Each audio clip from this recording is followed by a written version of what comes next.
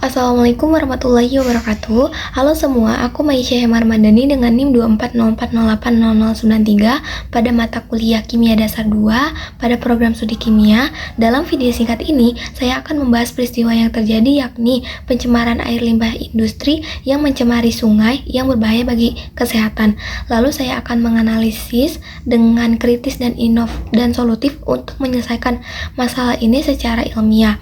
Dilanjut, yang pertama ini salah satu solusi ilmiah yang efektif untuk permasalahan ini dengan metode reaksi redoks. Apa sih reaksi redoks ini? Reaksi redoks merupakan singkatan dari reduksi dan oksidasi.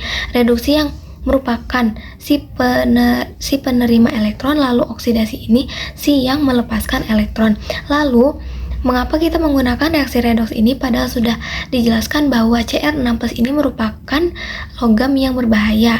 Nah, perlu kita ketahui bahwa jika Cr6+ ini diubah menjadi Cr3+ secara melewati reduksi ini, maka akan menghasilkan zat yang lebih aman. Terlebih pada reaksi redoks ini dapat menetralkan logam yang berbahaya. Selanjutnya, yang kedua ini kita menentukan mana yang termasuk reduksi dan oksidasi. Saya akan menampilkan contoh reaksinya seperti ini.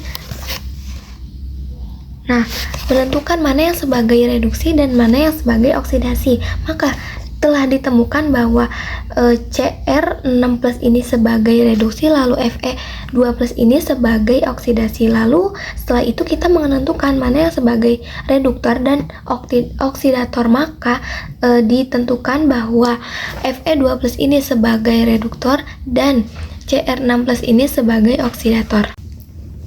Oke, selanjutnya pada pertanyaan ketiga ini, mengapa kita perlu mengubah Cr6+ ini menjadi Cr3+? Seperti pada penjelasan sebelumnya bahwa ketika Cr6+ ini diubah menjadi Cr3+ melewati reduksi, maka akan mengubah menjadi zat yang lebih aman. Dan manfaat selanjutnya ini dapat mengurangi toksilasi, dan yang terakhir ini dapat membantu menjaga ketahanan ekosistem dalam perairan tersebut. Nah, selanjutnya ini pertanyaan keempat ini, mengapa lebih baik menggunakan reaksi redoks dibanding dengan filtrasi maupun pengendapan? Nah, untuk penjelasannya, yang pertama ini filtrasi. Filtrasi ini ketika dia menyaring, dia hanya mampu menyaring partikel saja, tidak untuk logamnya. Kemudian untuk pengendapan ini, dia membutuhkan bahan kimia lainnya atau bahan kimia tambahan, dan hasilnya pun tidak menghasilkan lumpur yang beracun. Kemudian pada reaksi redoks ini yang telah dijelaskan sebelumnya bahwa ia mampu menetralkan logam yang berbahaya sehingga menghasilkan logam yang lebih aman atau zat yang lebih aman. Oke, selanjutnya ini saya akan menjawab pertanyaan yang kelima, yakni menjelaskan metode redoks yang dapat membantu untuk menangani pencemaran. Yang pertama ini identifikasi air limbah. Kita mengambil sampel yang akan diuji seperti Cr6+-nya ini atau bahan yang berbahaya dan beracun. Kemudian yang kedua ini menyesuaikan pH, karena pada Cr6+ ini hanya bisa direduksi ini pada suasana asam. Yang ketiga, penambahan zat reduktor. Nah, penambahan zat reduktor pada Fe2+ ini akan menyumbangkan elektronnya kepada Cr6+. Lalu yang keempat ini terjadi reaksi redoks. Pada Cr6+ ini akan menerima elektron dan menjadi Cr3+, lalu pada Fe2+ ini akan melepaskan elektron atau kehilangan elektron, maka menjadi Fe3+.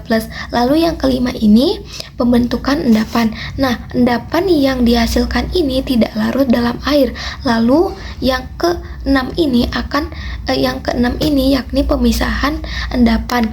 Nah, hasil air ini akan menjadi lebih bersih dan lebih aman karena sudah dipisah atau disaring. Kemudian yang ketujuh ini uji kualitas air. Jika air yang dihasilkan ini tidak mengandung Cr6+ lagi, dan kita memastikannya bahwa tidak mengandung Cr6+, maka sudah dapat kembalikan ke lingkungan. Oke, untuk pertanyaan terakhir atau pertanyaan ke-6 ini merupakan sebagai bahan pengevaluasian diri. Jika penjelasan di video ini kurang jelas, maka aku perlu memahaminya lebih dalam lagi. Dan kalau bisa aku perlu membaca buku kimia lingkungan. Dan bisa juga untuk menanyakan kepada dosen. Tetapi yang terpenting ini kita harus menjaga bumi ini dengan ilmu. Terima kasih sudah menonton. Wassalamualaikum warahmatullahi wabarakatuh.